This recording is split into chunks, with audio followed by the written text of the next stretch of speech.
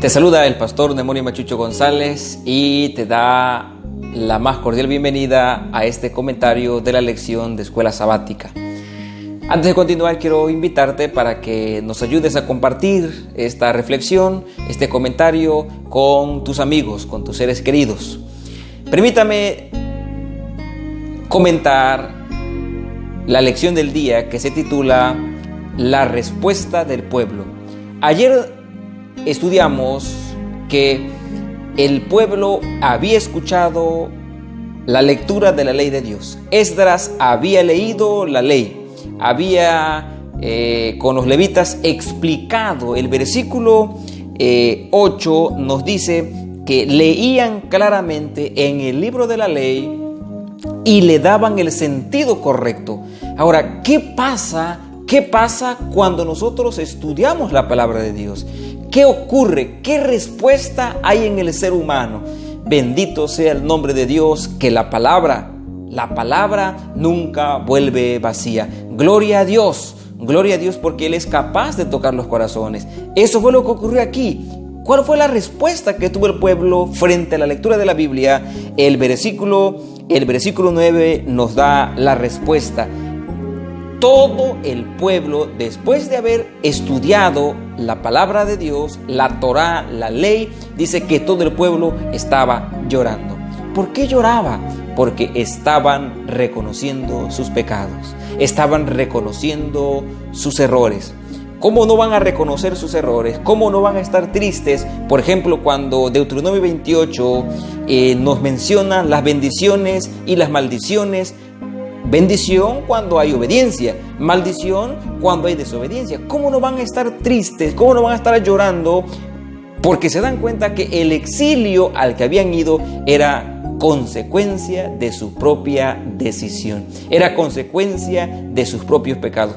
Dios no era el culpable. Cuando llega algo malo, Dios no es el culpable. Son nuestras propias decisiones las que en más de alguna ocasión nos traen desgracia a nuestra vida. El pueblo está llorando.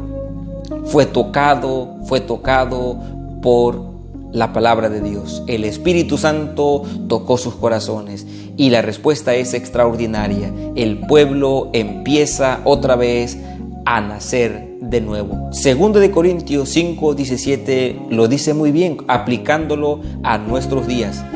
De modo que si alguno está en Cristo, nueva criatura es. Y el pueblo estaba renaciendo. Estaba renaciendo por la palabra de Dios. Haríamos bien nosotros también en estudiar la Biblia todos los días. Hace un tiempo escuché y leía la historia de un hombre que estaba encarcelado. Su nombre era Juan. Juan era uno de esos prisioneros malos con los cristianos que llegaban a la cárcel y les ofrecían cursos, le ofrecían la lectura de la Biblia, pero él no hacía caso. Hasta que un día se quedó sin cigarros para fumar y no tenía nada para fumar, nada. Cuando de pronto ve a una persona que le había ofrecido antes estudios bíblicos, estudios de la Biblia, y le dice: ¡Hey, ven para acá! Y lo llama y le dice: oye, yo quiero que tú me des una Biblia.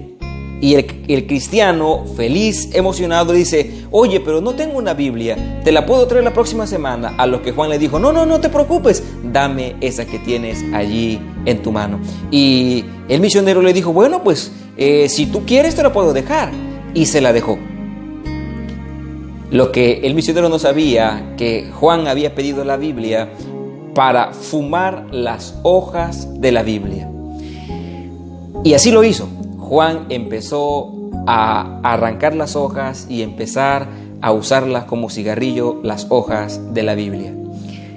Empezó por los evangelios: Mateo, Marcos, Lucas, una hoja continuamente. Cuando de pronto arrancó la última hoja de Lucas, llegó al libro de Juan. Y cuando llegó al libro de Juan, se quedó sorprendido porque dijo: órale, soy famoso, tan famoso que hasta en este libro se encuentra mi nombre. Y por curiosidad empezó a estudiar la Biblia.